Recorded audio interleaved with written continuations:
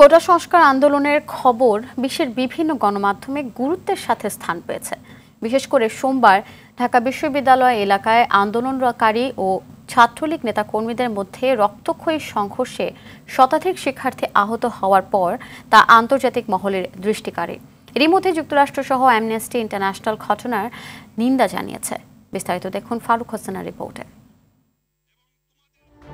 সরকারি চাকরিতে কোটা সংস্কারের দাবিতে 2018 সালে চলা শিক্ষার্থীদের আন্দোলনের পর তা বাতিল করে সরকার। পরে 2021 সালে কয়েকজন মুক্তিযোদ্ধার সন্তান হাইকোর্টে রিট করলে গেল 5 জুন এক রায়ের মাধ্যমে আবারও ফিরে আসে কোটা ব্যবস্থা। এরপর শুরু হয় কোটা সংস্কার আন্দোলন। সোমবার ঢাকা বিশ্ববিদ্যালয়ের ব্যাপক সংঘর্ষের ঘটনা আন্তর্জাতিক গণমাধ্যমের শিরোনাম হয়েছে। বার্তা সংস্থা এএফপির বরাতে আল জাজিরা বলছে, সংঘর্ষে লাঠি সোঁটা ও ইটপাটকেলের পাশাপাশি ছুরি ও পেট্রোল বোমা ব্যবহার করা হয়।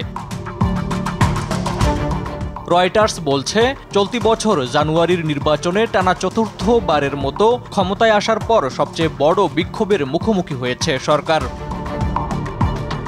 তুরস্কের সংবাদ সংস্থা আনাদলু এজেন্সি বলছে, বিভিন্ন জায়গায় অবস্থান নিয়ে শিক্ষার্থীদের মিছিলে বাধা দেয় পুলিশ। কোটা সংস্কার দাবিতে আন্দোলনকারী সাধারণ শিক্ষার্থীদের উপর হামলার নিন্দা জানিয়েছে যুক্তরাষ্ট্র।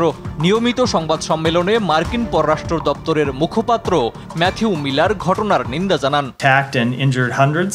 The freedom of expression and peaceful assembly are essential building blocks of any thriving democracy.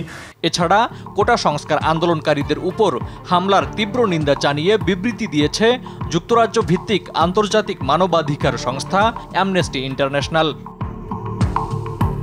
Faruk Hossain, RTV।